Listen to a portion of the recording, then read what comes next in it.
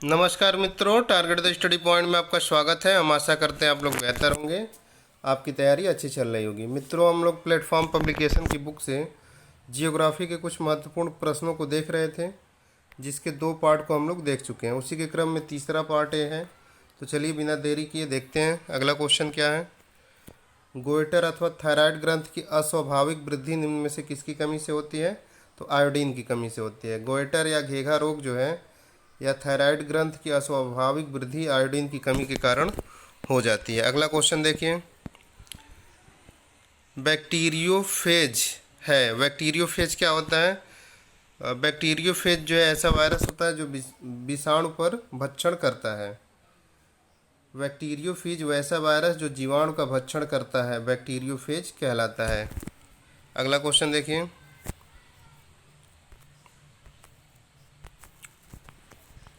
निम्न में से किस में वास्तविक केंद्रक नहीं पाया जाता है? तो जो जीवाणु होते हैं उसमें वास्तविक केंद्रक नहीं पाया जाता है। ये एक कोशिकीय जीव होते हैं। तो जीवाणु की 2 विशेषता पता चल गई कि जीवाणु एक कोशिकीय होते हैं तथा इसमें केंद्रक नहीं पाया जाता है। ये सजीव होते हैं और बहुत तेज़ी से बढ़ते हैं। 2 जीवाणुओं के बीच ऐसा संबंध जिसमें दोनों जीव को लाभ हो उसे सहोपकारिता या म्यूटिलिज्म का कहते हैं। कवक एवं शैवाल मिलकर लाइकेन का निर्माण करते हैं। तो पूछता है क्वेश्चन, लाइकेन का निर्माण किसके द्वारा होता है? कवक व शैवाल के मिलने से। 2 जीव इस तरह से रहे कि दोनों को लाभ हो तो उसे सहोपकारिता कहा जाता है। जीवाणु में केंद्रक नहीं पाया जाता, यह एक कोशिकीय जीव होता है। और लिटमस का निर्माण जो है लाइकेन से होता है। लाइकेन का निर्माण आपका शैवाल कवक से होगा, लेकिन लिटमस का निर्माण जो है लाइकेन से होगा। अगला क्वेश्चन देखिए, उपापचयी एंजाइम अनुपस्थित होता है। तो किसमें अनुपस्थित होता है? विषाणुओं में। विषाणुओं में जो है उपापचयी एंजाइम अनुपस्थित होता है। अगला क्वेश्चन देखिए, बैक्टीरियोफेज में क्या होता है? तो बैक्टीरियोफेज में अभी आप देखे हैं कि जीवाणुओं का परिभक्षण होता है। इसमें द्विकुलित डीएनए पाया जाता है। इसका शरीर प्रोटीन्स का बना होता है। अगला देखिए, प्रथम विषाणु की खोजकर्ता क्या है? तो इसको VI से याद कर लीजिए कि विषाणु की खोज जो है इवानोवस्की ने किया था। अगला क्वेश्चन देखिए, विषाणु जो होते हैं पूर्ण परजीवी होते हैं। वैसे जीव जो अपना भोजन एवं आवास दूसरे जीव से ग्रहण करे परजीवी कहलाते हैं। जैसे जोंक हो गया, जीव हो गया, विषाणु हो गया, अमरबेल होता है, कुकुष्ठा इसे कहा जाता है। कुकुष्ठा भी परजीवी होता है। पूछता है कि 4 ऑप्शन दे देगा कौन इसमें परजीवी है। तो अमरबेल या कुकुष्ठा या अमरलत्ती जो होता है वो परजीवी होता है। वैसे जीव जो सड़े गले चीज़ों से अपना भोजन प्राप्त करते हैं उन्हें मृतोपजीवी कहते हैं। जैसे कवक हो गया, बैक्टीरिया हो गया, ये मृतोपजीवी है। अगला क्वेश्चन देखिए, प्राइमेट में मनुष्य का निकटतम संबंधी कौन है? तो मनुष्य का निकटतम संबंधी कौन है? गोरिल्ला है। अगला क्वेश्चन देखिए, चमगादड़, टिड्डे एवं कबूतर के पंख कैसे होते हैं? तो सब में एक जैसे पंख पाए जाते हैं। तो इनके पंख क्या होते हैं? समरूप होते हैं। वैसे अंग जो हमारे पूर्वजों में तो कार्यरत थे लेकिन अब हमारे शरीर में कार्य नहीं करते हैं, उन अंगों को क्या कहा जाता है? अवशोषी अंग का अवशेषी अंग कहा जाता है। जैसे अपेंडिक्स हो गया, नेक्टिटेटिंग मेम्ब्रेन हो गया, आँख में पाया जाता है, आदि हो गया। अगला देखिए, वह जीव जो मृत कार्बनिक पदार्थों पर उगता है उसे क्या कहते हैं? सेप्रोफाइट कहा जाता है। जो मृत कार्बनिक पदार्थों पर उगता है उसे सेप्रोफाइट कहा जाता है। अधिपादप एपीफाइट क्या होते हैं? एपीफाइट ऐसा पौधा है जो पोषी पौधे पर रहता है या उष्णकटिबंधीय क्षेत्र में पाया जाता है। जैसे आर्किड हो गया। तो एपीफाइट ऐसे पौधे होते हैं जो पौधे पे ही उगते हैं। ज़्यादातर ये उष्णकटिबंधीय क्षेत्रों में पाए जाते हैं। इसका एग्जाम्पल आर्किड होता है और सबसे छोटा बीज जो है आर्किड का होता है। सरीसृपों का युग क्या था? तो मीसोजोइक जो महाकल्प था सरीसृपों का युग था। यमयस से याद कर सकते हैं कि मीसोजोइक में सरीसृप पाए जाते थे। अगला क्वेश्चन देखिए, कार्बोहाइड्रेट पाचन के अंतिम उत्पाद क्या होते हैं? तो आपको पहले ही बताया जा चुका है कि कार्बोहाइड्रेट पाचन में अंतिम उत्पाद मोनोसैकेराइड बनता है। यहाँ थोड़ा डिटेल है, देख लीजिए। उत्सर्जन की इकाई क्या है? नेफ्रॉन है। किडनी की भी इकाई क्या है? नेफ्रॉन है। तंत्रिका तंत्र की इकाई न्यूरॉन है। इन तीनों चीज़ को आप लोग अच्छे से देख लीजिए। पूछता है कि उत्सर्जन की इकाई क्या है? नेफ्रॉन है। किडनी की इकाई क्या है? नेफ्रॉन है। तंत्रिका तंत्र की इकाई क्या है? न्यूरॉन है। अगला क्वेश्चन देखिए, वृक्क की खराबी के कारण रक्त में यूरिया की मात्रा बढ़ने को क्या कहते हैं? तो इसको क्या कहते हैं, यूरेमिया कहते हैं। हम जानते हैं कि रक्त यूरिया को जो है ब्रिक के माध्यम से ही किडनी के द्वारा छानकर अलग किया जाता है, और अगर ये सही से काम नहीं करेगा तो रक्त में यूरिया की मात्रा बढ़ने लगती है। इसको हम यूरेमिया के नाम से जानते हैं, जो दिक्कत उत्पन्न हो जाती है। पक्षी होते हैं, पक्षी क्या होते हैं, यूरिकोटिलिक होते हैं। पक्षी जो होते हैं यूरिकोटिलिक होते हैं। वैसे जीव जो यूरिन के द्वारा यूरिक एसिड निकालते हैं उसे यूरिकोटिलिक कहा जाता है। छिपकली, सांप, पक्षी, ये सब यूरिकोटिलिक हैं। तो यूरिकोटिलिक जीव क्या हैं, जो यूरिन के द्वारा यूरिक एसिड निकालते हों। अगला क्वेश्चन देखिए, मनुष्य के वृक्क में पथरी बनती है, तो पथरी कैसे बनती है, कैल्शियम ऑक्जेलेट के कारण। तो ऑक्जेलेट जब इकट्ठा होगा तो वृक्क के पेल्विस में ऑक्जेलेट जैसे लवणों के क्रिस्टलों से जो है पथरी बनती है। अगला क्वेश्चन देखिए, ऊंचाई पर मनुष्य में लाल रुधिर कणिकाओं की संख्या बढ़ जाती है, क्यों। ऊंचाई पे जाते हैं तो वायुमंडलीय दाब कम हो जाता है तथा ऑक्सीजन कम मिलता है, इस कारण वहाँ पे लाल रुधिर कणिकाओं की संख्या जो है बढ़ जाती है। अगला क्वेश्चन देखिए, किस प्राणी में रुधिर नहीं होता है किंतु श्वसन होता है। तो हाइड्रा एकमात्र ऐसा प्राणी है जिसमें जो है रुधिर तो नहीं पाया जाता है लेकिन श्वसन वो करता है। अगला देखिए, श्वसन क्रिया का नियंत्रण किसके द्वारा होता है। तो श्वसन क्रिया जो है आपका मांटुला अब्लिगेटा के द्वारा नियंत्रित होती है। सेरिबेलम क्या करता है, ये शरीर का संतुलन बनाए रखता है। तो श्वसन क्रिया का नियंत्रण मेंडुला अब्लिगेटा के द्वारा और शरीर का संतुलन सेरिबेलम के द्वारा होता है। अगला क्वेश्चन देखिए, हाइबरनेशन के समय मेढक श्वसन करता है, तो मेढक कैसे श्वसन करता है, नम त्वचा के द्वारा। तो मेढक जो है हाइबरनेशन एवं एस्टिबेशन के समय त्वचा के द्वारा श्वसन करता है, और जब वो पानी में रहता है तो वो गिल्स के माध्यम से श्वसन करता है। मेढक जब ज़मीन पर रहता है तो लंग्स के माध्यम से श्वसन करता है। तो मेढक जो होता है वो 3 तरीके से श्वसन कर लेता है, त्वचा से, गिल्स से तथा लंग्स से। जब बाहर ज़मीन पर रहेगा तो फेफड़े या लंग्स से श्वसन करेगा, पानी में रहेगा तो गिल्स से, हाइबरनेशन की स्थिति में रहेगा तो त्वचा के द्वारा। मनुष्य में निश्वासित वायु में O2 की कितना मात्रा होती है, तो 16% होती है। मनुष्य जो ऑक्सीजन ग्रहण करता है उसमें 20% ऑक्सीजन होती है जो सांस लेता है, और जब सांस छोड़ता है तो उसमें 16% ऑक्सीजन रह जाती है। अगला क्वेश्चन, निम्नलिखित में से किसकी उपस्थिति के कारण रक्त में कार्बनिक अम्ल की सांद्रता नहीं बढ़ती है। तो सोडियम प्लस आयनों की उपस्थिति के कारण रक्त में कार्बनिक अम्ल की सांद्रता नहीं बढ़ती है। रक्त के सुचारू रूप से जो है संचालन के लिए सोडियम आवश्यक होता है। नेत्र में लेंस पर पड़ने वाली प्रकाश किरणों का नियंत्रण किसके द्वारा किया जाता है, तो आइरिस के द्वारा किया जाता है। आइरिस जो है नेत्र का ऐसा भाग है जो प्रकाश का नियंत्रण करती है। कार्निया, आँख में प्रकाश कार्निया से होकर प्रवेश करता है। जब नेत्रदान किया जाता है तो कार्निया का ही उपयोग होता है उसमें। अगला क्वेश्चन देखिए, मस्तिष्क के किस भाग में शरीर के ताप को नियंत्रित करने का केंद्र होता है। तो ताप जो है हाइपोथैलेमस जो है नियंत्रित करता है। तो हाइपोथैलेमस के द्वारा जो है ताप का नियंत्रण किया जाता है।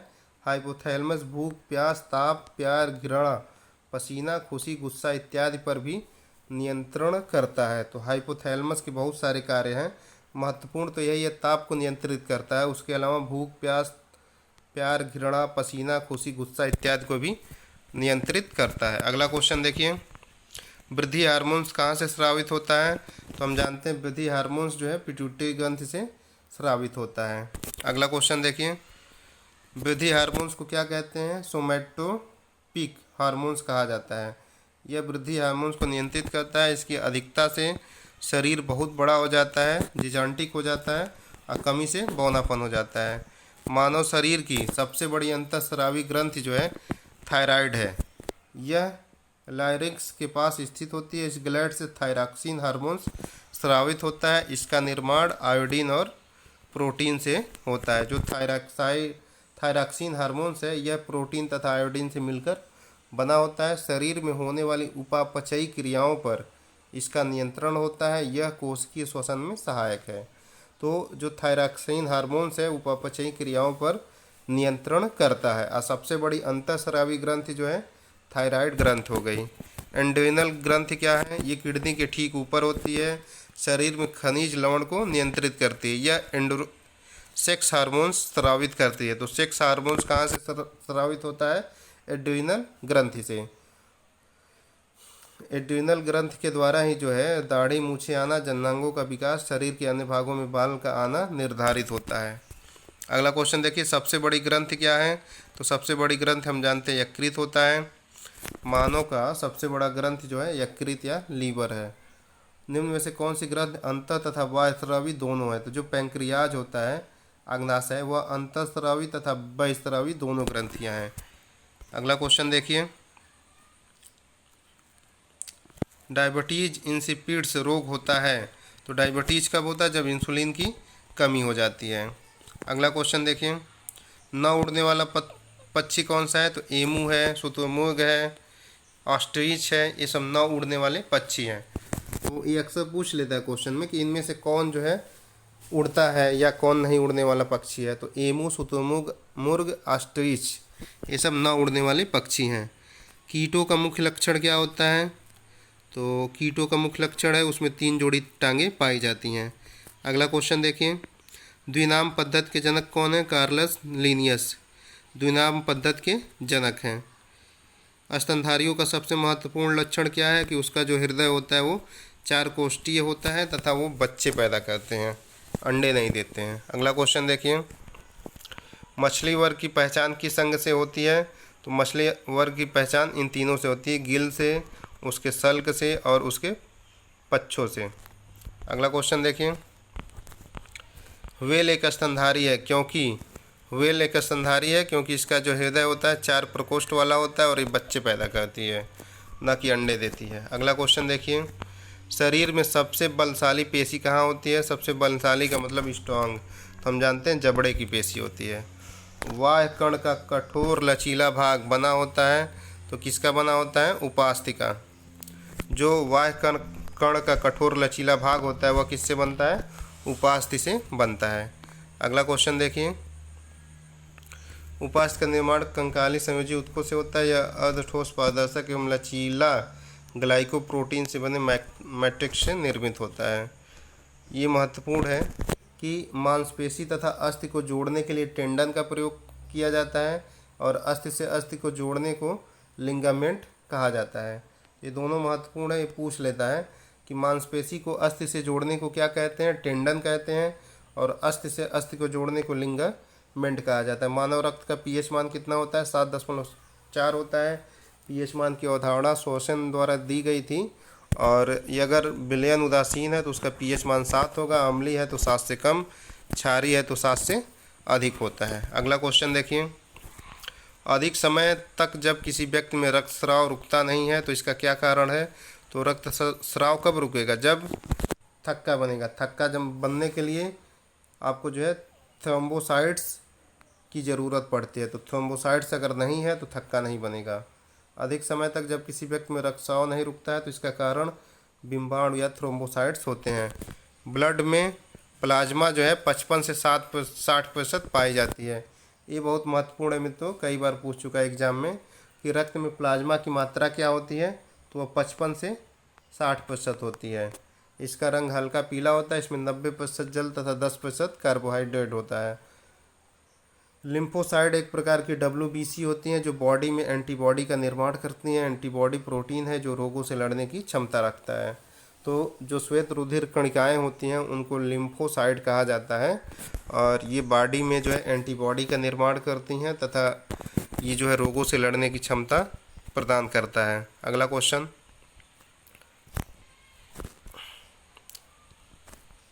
मानव मलेरिया परजीवी के जीवन चक्र के एनाफिलिसिस को सर्वप्रथम किसने खोजा?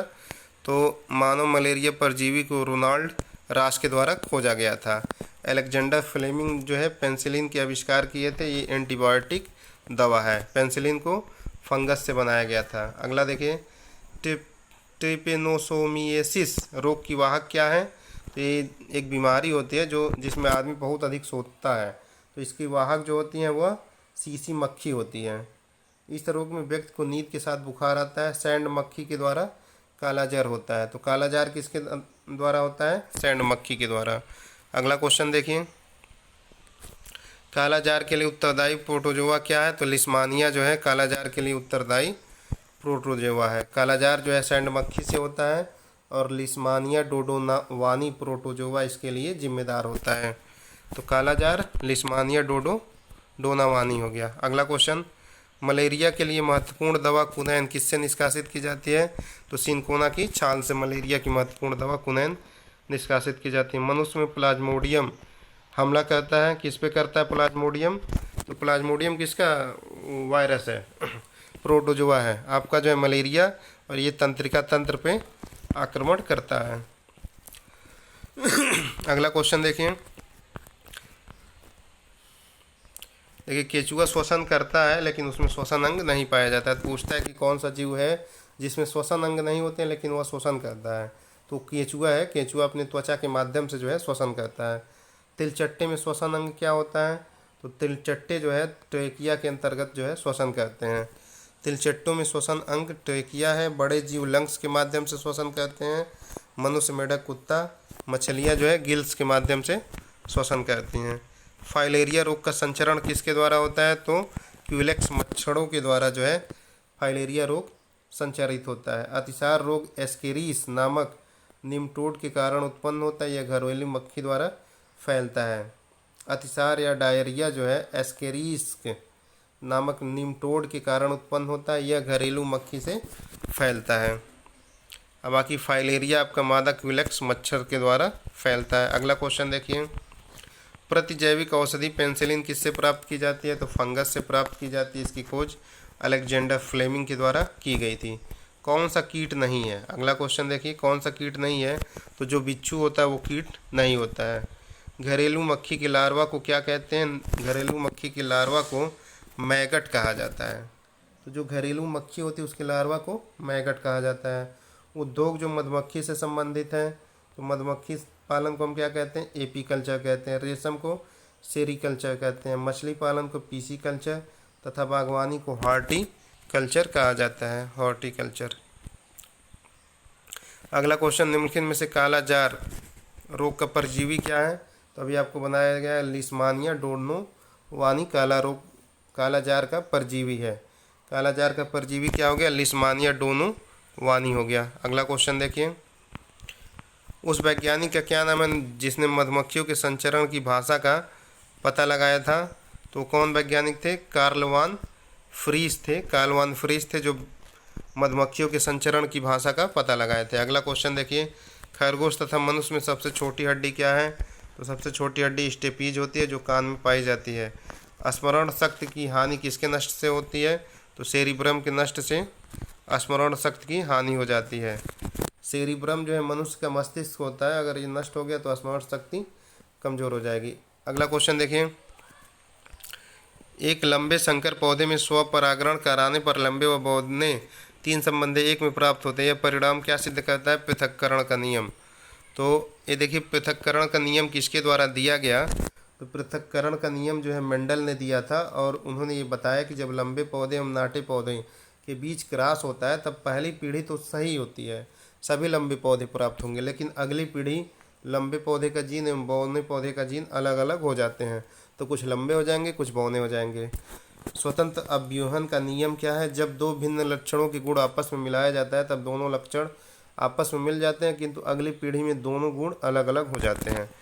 यही पृथक्करण या स्वतंत्र अव्यूहन का नियम है। पृथक्करण का नियम जो है मेंडल के द्वारा दिया गया। अगला क्वेश्चन देखिए, मौन घाटी कहाँ स्थित है? तो मौन घाटी साइलेंट वैली केरल में स्थित है। यहाँ पादपों और जंतुओं की दुर्लभ प्रजातियाँ पाई जाती हैं। अगला क्वेश्चन, भारतवर्ष का राष्ट्रीय पुष्प क्या है? तो राष्ट्रीय पुष्प जो है कमल है, राष्ट्रीय पक्षी मोर है, राष्ट्रीय पशु बाघ है, राष्ट्रीय फल आम है, राष्ट्रीय मिठाई जलेबी है तथा राष्ट्रीय वृक्ष बरगद है। अगला क्वेश्चन देखिए, रेशों की फसल जो भारत में सबसे अधिक क्षेत्र में होती है, तो सबसे अधिक क्षेत्र में कपास होता है, फिर उसके बाद जूट होता है। कपास के लिए काली मिट्टी अनिवार्य है। कपास बीज से प्राप्त किया जाता है, तो कपास का जो रेशा होता है उसको बीज से प्राप्त किया जाता है। अगला क्वेश्चन, भारत में हॉकी स्टिक किससे बनी होती है? तो हॉकी स्टिक मोरस अल्बा से बनती है। क्रिकेट के बल्ले किस लकड़ी से बनते हैं? तो सेलेक्स परप्यूरिया से क्रिकेट के बल्ले बनते हैं। ठीक है मित्रों, तो ये जो है कि लुसेंट ये जो है प्लेटफॉर्म पब्लिकेशन की बुक से जियोग्राफी के कुछ महत्वपूर्ण क्वेश्चन थे।